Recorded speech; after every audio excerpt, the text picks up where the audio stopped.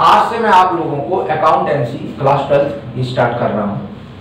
लेकिन topic start करने के पहले मैं आपसे कुछ बातें डिस्कस करना चाहता हूँ। सबसे पहले 12th का अकाउंटेंसी में टोटल मार्क्स आपके 100 हैं, जिसमें से 20 मार्क्स का प्रैक्टिकल है और 80 मार्क्स का आपका रिटन पेपर है। जो आपका रिटन पेपर है वो दो पार्ट में है। फर्स्ट पार्ट आपका 60 नंबर का एंड सेकेंड पार्ट आपका 20 मार्क्स का होगा। पूरे कोर्स को अगर देखा जाए तो इसको हम 5 यूनिट में डिवाइड कर सकते हैं, जिसमें से 3 यूनिट, फर्स्ट 3 यूनिट को हम फर्स्ट पार्ट में रखते हैं और 4th और 5th यूनिट को हम सेकेंड पार्ट के अकॉर्डिंग हम आपको एक्सप्लेन करते हैं। फर्स्ट यूनिट में एक चैप्टर है non profit organisation. Unit first, chapter first, non profit organisation, जिसमें 10 मार्क्स का है, टोटल मार्क्स उसके 10 है। उसके बाद सबसे बड़ी यूनिट जो है वो सेकेंड यूनिट है, जिसमें टोटल 7 चैप्टर है और ये पूरी यूनिट जो है पार्टनरशिप से रिलेटेड है और इसमें मार्क्स का जो डिस्ट्रीब्यूशन किया गया, डिवीजन किया गया, वो 30 मार्क्स का है। उसमें से जो चैप्टर है, सबसे पहला चैप्टर जो है पार्टनरशिप इंट्रोडक्शन, सेकेंड है goodwill, nature and valuation, third chapter है change in profit sharing ratio in existing partner, fourth chapter इसमें है addition of a new partner, इसके बाद retirement of a partner, death of a partner और last chapter है 7th का dissolution of partnership firm. इस तरीके के ये 7 चैप्टर जो हैं वो यूनिट सेकंड पार्टनरशिप से रिलेटेड हैं, जो 30 मार्क्स की है। इसके बाद थर्ड यूनिट जो है वो आपकी कंपनी की है, जिसमें 20 मार्क्स है। इसमें 3 चैप्टर हैं। फर्स्ट चैप्टर है शेयर कैपिटल, सेकंड है इशू ऑफ डिवेंचर और थर्ड है रिडेम्पशन ऑफ डिवेंचर। इस तरीके से हमारे इस फर्स्ट यूनिट में, फर्स्ट पार्ट में टोटल नंबर ऑफ आपके 11 चैप्टर होंगे। 1 चैप्टर फर्स्ट यूनिट का नॉन प्रॉफिट ऑर्गेनाइजेशन के लिए, 7 चैप्टर आपके पार्टनरशिप के लिए और 3 चैप्टर आपके कंपनी के लिए। इस तरीके से 60 मार्क्स का आपका फर्स्ट पार्ट होगा। लेकिन मैं सबसे पहले आप लोगों को आज goodwill, nature and valuation topic को स्टार्ट कर रहा हूं। ये एक छोटा चैप्टर है और मैं चाहता हूं स्टार्टिंग इस चैप्टर से की जाए ताकि इसको आपको बेटर ढंग से मैं एक्सप्लेन कर सकूं। और आपका चूंकि फर्स्ट चैप्टर है, थर्ड चैप्टर है, इसलिए मैं इसको स्टार्ट कर रहा हूं, क्योंकि ये चैप्टर जो है एक अपने आप में एक इंडिपेंडेंट चैप्टर तो है ही, उसके बाद आने वाले चैप्टर एडमिशन, रिटायरमेंट, डेथ में भी इसका एक इंपॉर्टेंट रोल है। सबसे पहला point, what is goodwill? Goodwill क्या है? Goodwill of a firm enable it to earn higher profit in comparison to normal profit earned by the similar firm in the similar trade. Goodwill means reputation. आपने अपनी real life में देखा होगा, जब आप किसी कमोडिटी को परचेज करने मार्केट में जाते हैं तो एक ही कमोडिटी को सेल करने वाले एक से ज्यादा बिजनेसमैन मार्केट में होते हैं।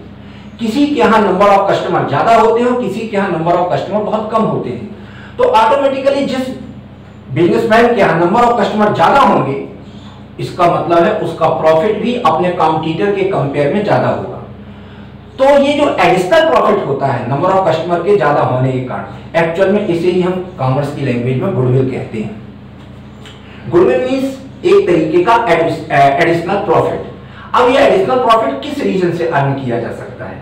उसके 2-3-4 फैक्टर होते हैं। फर्स्ट, आपकी मार्केट प्लेस एक फेवरेबल पोजीशन में सिचुएटेड होना, दूसरा फेवरेबल कॉन्टैक्ट होना, बेटर क्वालिटी का गुड्स और सर्विस अपने कस्टमर को प्रोवाइड करना, बेटर सर्विस प्रोवाइड करना। एक कस्टमर एक बिजनेसमैन से जो एक्सपेक्टेशन करता है, अगर एक बिजनेसमैन वो सभी एक्सपेक्टेशन पूरी करता है तो ऑटोमेटिकली मार्केट में उसकी गुडविल डे टू डे क्या होती है, इंक्रीज होती है और इसका जो रिवार्ड होता है वो एक बिजनेसमैन को एडिशनल प्रॉफिट के रूप में मिलता है। अब हमारे यहाँ क्वेश्चन ये है कि गुडविल के टाइप्स क्या हैं?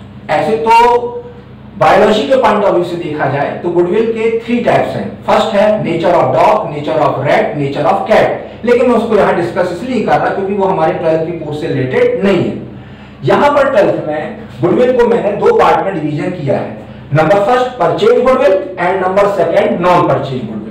परचेज गुडविल, आपने अपनी लाइफ में देखा होगा जब हम किसी बिजनेस को परचेज करते हैं तो बिजनेस को परचेज करते समय जिस डेट को बिजनेस को परचेज किया जाता है उस डेट को बिजनेस की एसेट और लायबिलिटी का वैल्यूएशन किया जाता है। सपोज दैट एक्स ने वाई नाम की फर्म को परचेज किया, उस फर्म की टोटल एसेट का वैल्यूएशन किया गया, एसेट का वैल्यूएशन 5 लाख में किया गया, और जबकि लायबिलिटी का वैल्यूएशन 2 लाख में किया गया। इसका मतलब यह है कि उस बिजनेस की नेट एसेट या एम्प्लॉयड कैपिटल 3 लाख है। Asset 5 lakh, liability 2 lakh, net asset आपकी 3 लाख। अगर एक्स इस बिजनेस की परचेज प्राइस का डिटर्मिनेशन एक्स और वाई के द्वारा 3,50,000 में किया जाता है, तो नेट एसेट और एम्प्लॉयड कैपिटल से परचेज कंसिडरेशन जितना ज्यादा होता है उसे ही हम परचेज गुडविल कहते हैं।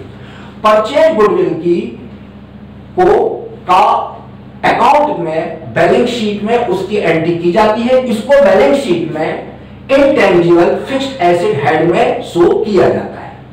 सेकंड, नॉन परचेज गुडविल, या इसको दूसरी लैंग्वेज में सेल्फ जनरेटेड गुडविल के नाम से भी जाना जाता है। जैसा कि इसके नाम से ही क्लियर है कि ये सेल्फ जनरेटेड गुडविल है जो एक बिजनेस के ओनर के द्वारा या पार्टनर के द्वारा अपने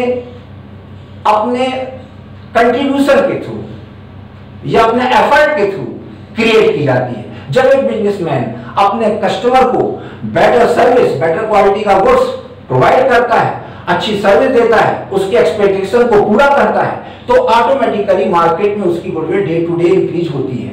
इस गुडविल को हम सेल्फ जनरेटेड गुडविल और नॉन परचेज गुडविल के नाम से जानते हैं। याद रखिएगा, इसको बैलेंस शीट में शो नहीं किया जाता।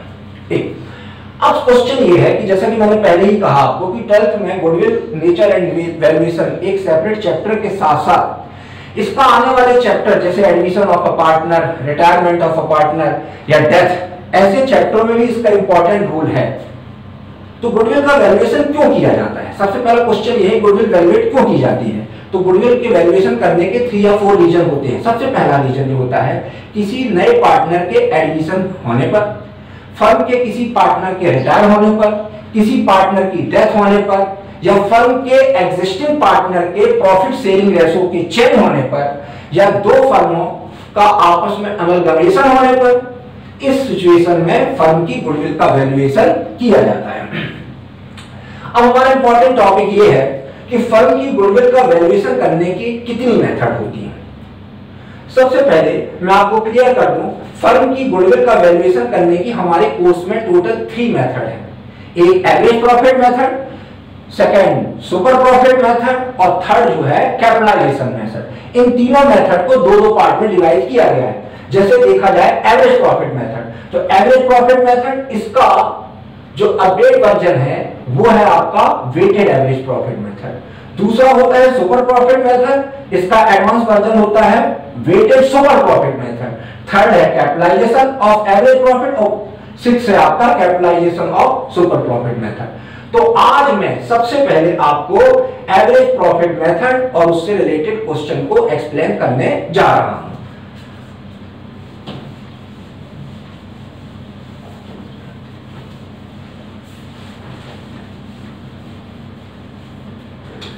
सबसे पहली चीज एवरेज प्रॉफिट मेथड।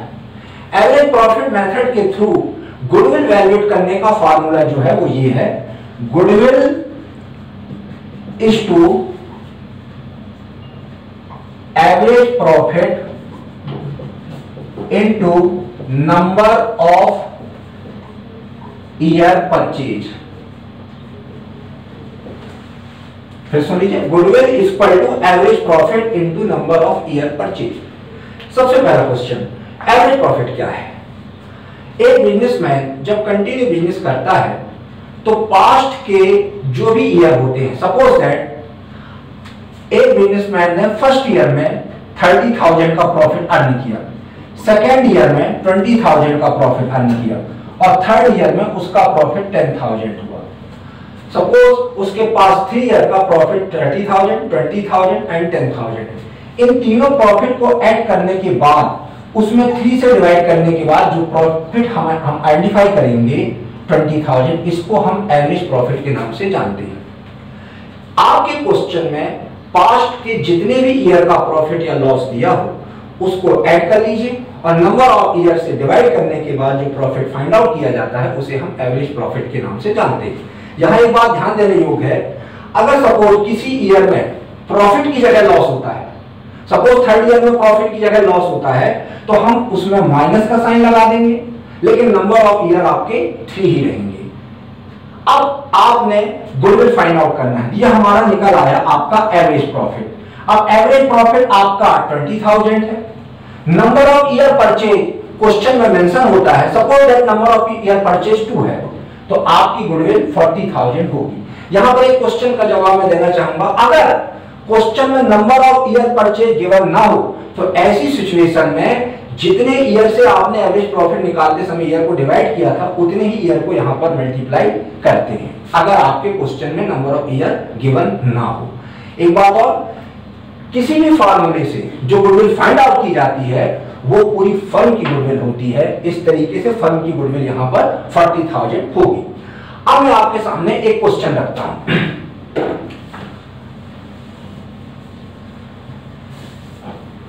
सपोज एक फर्म का profit first year, second year, third year, fourth year और फिफ्थ ईयर 5 ईयर का प्रॉफिट है। फर्स्ट ईयर का प्रॉफिट 50,000, सेकेंड ईयर का प्रॉफिट 30,000, फोर्थ ईयर का प्रॉफिट आपका 20,000,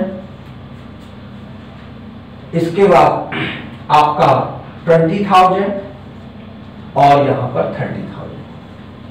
5 ईयर का प्रॉफिट आपके क्वेश्चन में गिवन है। आपसे अगर कहा गया है कि गुडविल का वैल्यूएशन करने के लिए नंबर ऑफ ईयर परचेज 3 है और क्वेश्चन ये है कि आप प्रीवियस 4 और 5 विच एवर इज हाई, जो ज्यादा हो उस एवरेज प्रॉफिट के हिसाब से गुडविल फाइंड आउट करिए। तो आपको सबसे पहले सपोज एक क्वेश्चन है जिसमें 5 ईयर का प्रॉफिट गिवन है, first year, second, third, fourth और फिफ्थ ईयर का, और क्वेश्चन में नंबर ऑफ ईयर परचेज 3 है। नंबर ऑफ ईयर परचेज यहां पर 3 दिए गए हैं और आपसे क्वेश्चन किया गया है कि प्रीवियस 5 और 4 ईयर इन दोनों में से जिसका एवरेज प्रॉफिट ज्यादा होता है उसके बेस पर गुडविल फाइंड आउट कीजिए। जब कभी भी इस तरीके से क्वेश्चन आता है तो आप सबसे पहले ईयर को असेंडिंग ऑर्डर में जमा लीजिए, first, second, third, fourth, fifth, या तो इसमें सबसे पहले आप क्या करेंगे, आपका फर्स्ट लास्ट 4 ईयर, आपके 4 ईयर ये कहलाएंगे लास्ट 4 ईयर, तो आप इसके बेस पर, और ये आपके 5th ईयर, इनके हिसाब से अगर हम एवरेज प्रॉफिट निकालते हैं तो 50, 30, 80, 20, 1,20,000 डिवाइडेड बाई 4, 1,20,000 डिवाइडेड बाई 4, और सेकेंड कंडीशन में 50,000, 30,000, 20,000, 20,000 एंड 30,000 और ईयर डिवाइडेड बाई 5। इस तरीके के क्वेश्चन एवरेज प्रॉफिट के मेथड से जनरली जितने भी आर्थर उनने क्वेश्चन इस तरीके के अपनी बुक में डाले हैं। तो इस तरीके के क्वेश्चन सॉल्व करने के लिए लास्ट 4 ईयर, प्रीवियस 4 ईयर या 5 ईयर जो ज्यादा होता है उनका एवरेज प्रॉफिट निकाल लीजिए। जिसका एवरेज प्रॉफिट हायर होता है, आपने 4 ईयर लिया, 4 से डिवाइड किया, 5 ईयर का प्रॉफिट लिया, 5 से डिवाइड किया, और जो भी आपका ज्यादा होता है उसके हिसाब से आप गुडविल का वैल्यूएशन करते हैं। मैं क्वेश्चन आपके सामने रखता हूं,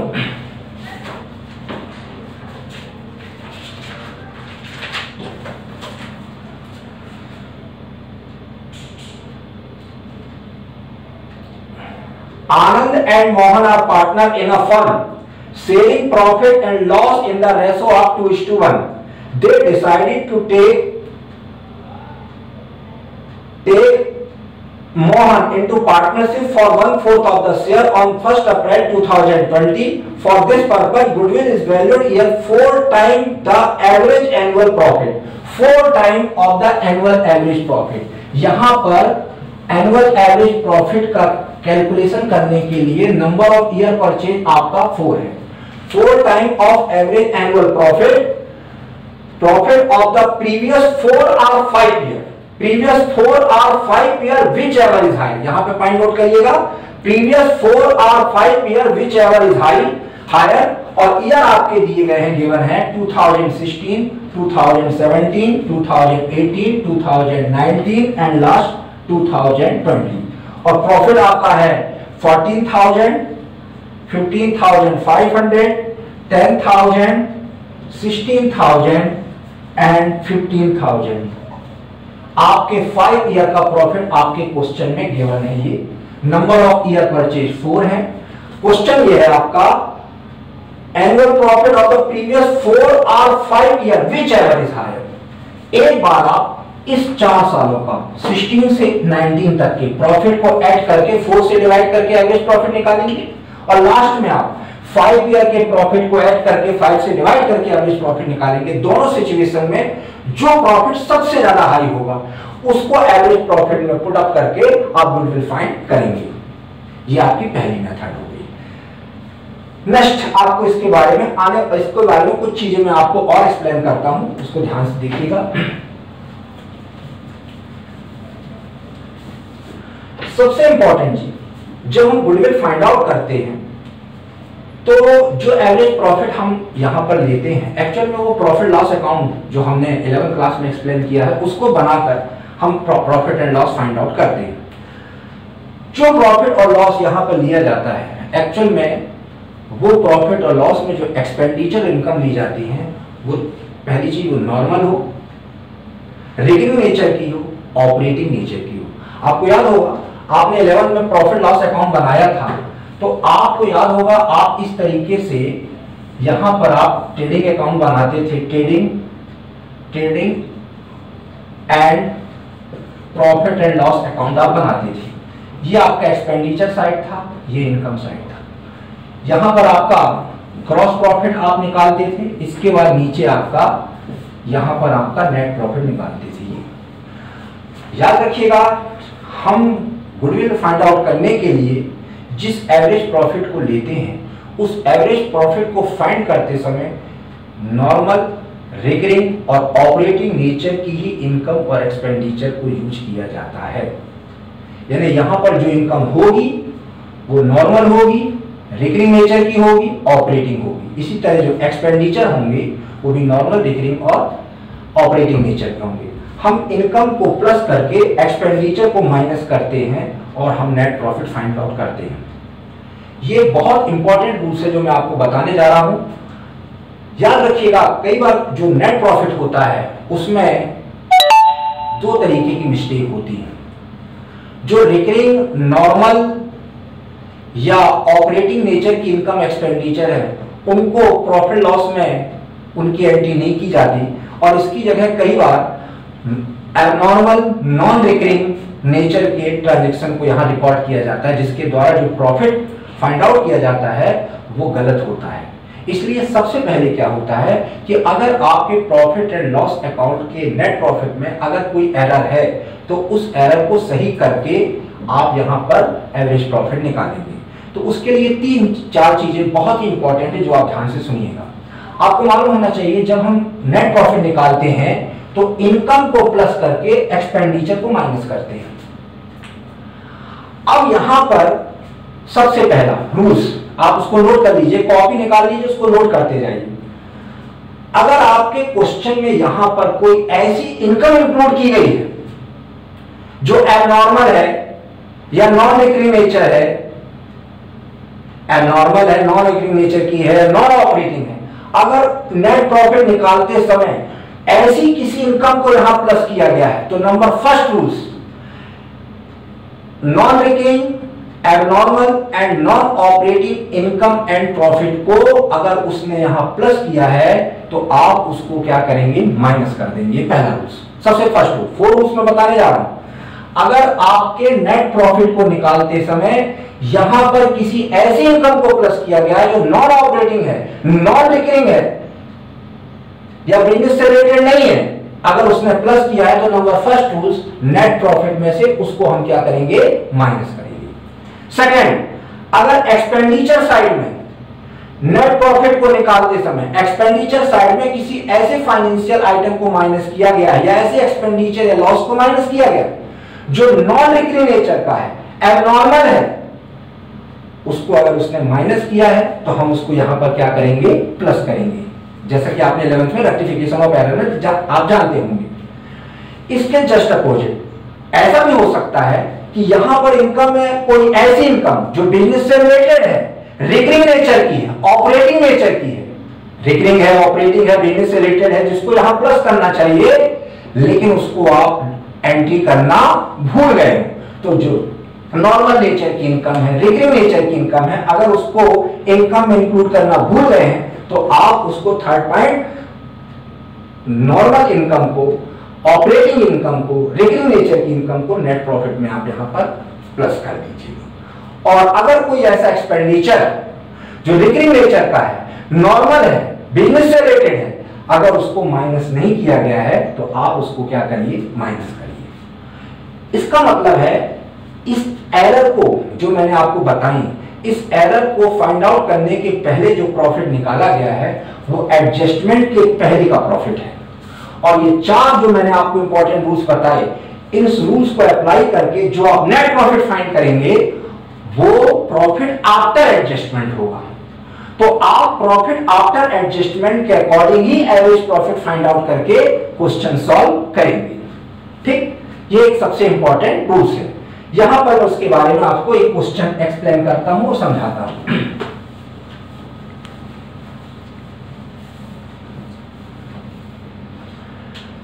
सपोज 2015 का प्रॉफिट आपका 1 लाख आपका प्रॉफिट है, यह आपका प्रॉफिट है। इसमें एबनॉर्मल लॉस आपका इंक्लूड है 12,500, एबनॉर्मल लॉस इंक्लूड है। 2016 का आपका प्रॉफिट 1,25,000 है, इसमें आपका ये एबनॉर्मल गेन है, ये आपका एबनॉर्मल प्रॉफिट है, लॉस है। यहां पर एबनॉर्मल लॉस आपका 25,000 है। और 2017 का आपका प्रॉफिट 1,12,500 है, जिसमें आपका ये भी आपका प्रॉफिट है और ये भी आपका प्रॉफिट है। इसमें आपका डेप्रिसिएशन जो आपका 12,500 है, ये आपका इसमें एक्सक्लूडिंग है, एक्सक्लूडिंग। इसका मतलब ये है कि फर्स्ट ईयर के प्रॉफिट में एबनॉर्मल गेन इंक्लूड है, सेकेंड ईयर में ये चार्ज किया गया एबनॉर्मल लॉस, और 1,12,500 के प्रॉफिट में डेप्रिसिएशन चार्ज करना वो भूल गया, यानी शामिल नहीं किया। इस 3 ईयर के प्रॉफिट में ये 3 एरर हैं। इसको सॉल्व करने के लिए सबसे पहले हम एक टेबल बना सकते हैं। यहां पर आप इस तरीके से आप ईयर लिख लीजिए, 2015, 2016, 2017, ये आपका 3 ईयर का आपका ये है। यहां पर आपका प्रॉफिट बिफोर एडजस्टमेंट, ये आपका 1,25,000, 1,12,500।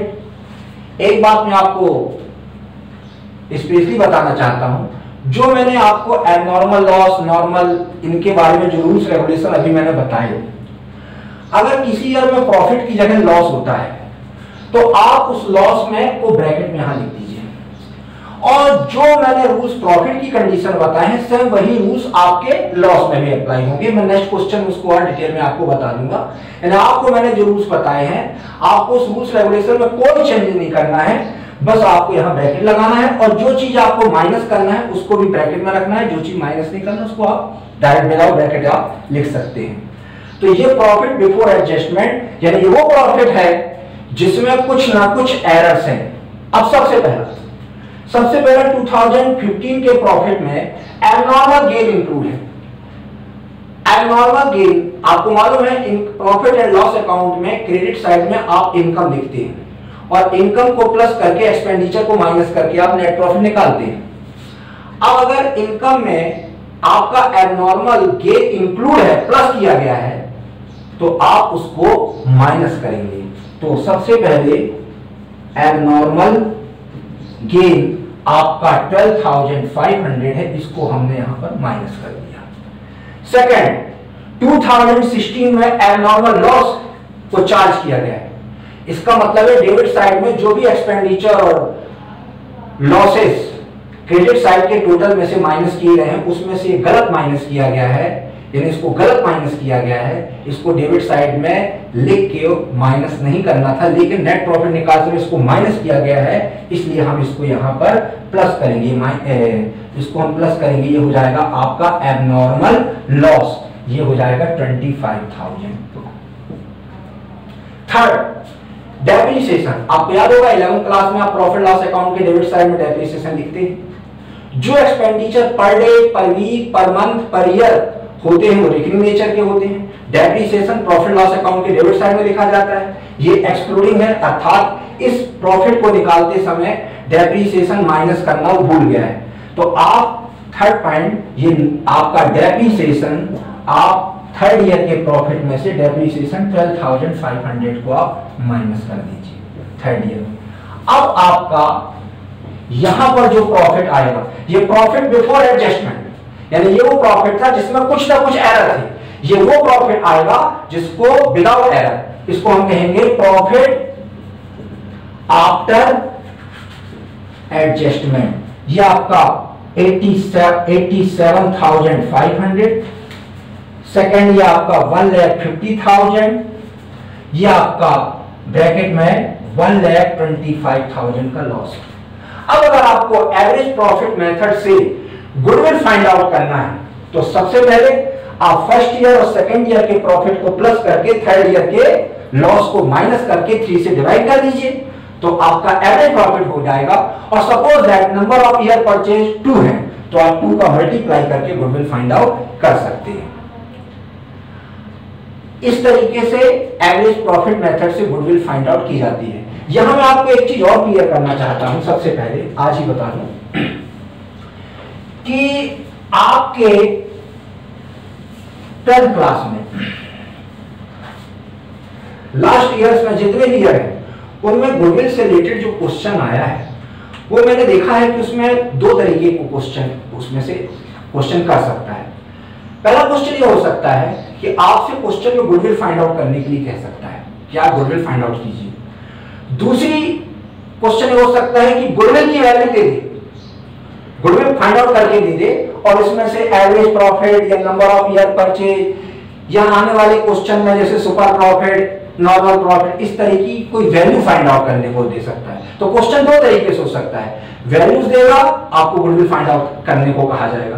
कई बार गुडविल फाइंड आउट करके क्वेश्चन में दिया जाता है और आपको कोई ना कोई वैल्यू मिस होती है। सपोज दैट आपका गुडविल क्वेश्चन में दे दिया, नंबर ऑफ ईयर भी परचेज भी दे दिया, एवरेज प्रॉफिट 3 ईयर का निकालना है जिसमें 2 ईयर का प्रॉफिट दिया, 1 ईयर का प्रॉफिट मिसिंग, आपको वो मिसिंग वैल्यू फाइंड आउट करने को कह सकता है। इस तरीके से आपको मैं एश्योर कर रहा हूं कि 2 में से ही किसी एक मेथड का क्वेश्चन आ सकता है, या तो किसी मेथड से गुडविल निकालने को आएगी या कोई वैल्यूज आपको फाइंड करने को आएगी।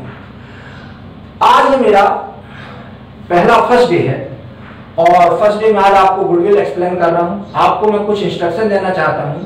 सबसे पहली चीज, आप लास्ट ईयर में मैंने 11th क्लास में आपके स्कूल में जिस बुक को से मैंने क्वेश्चन कराए थे, आप हो सके तो उसी बुक को परचेज कर लीजिए।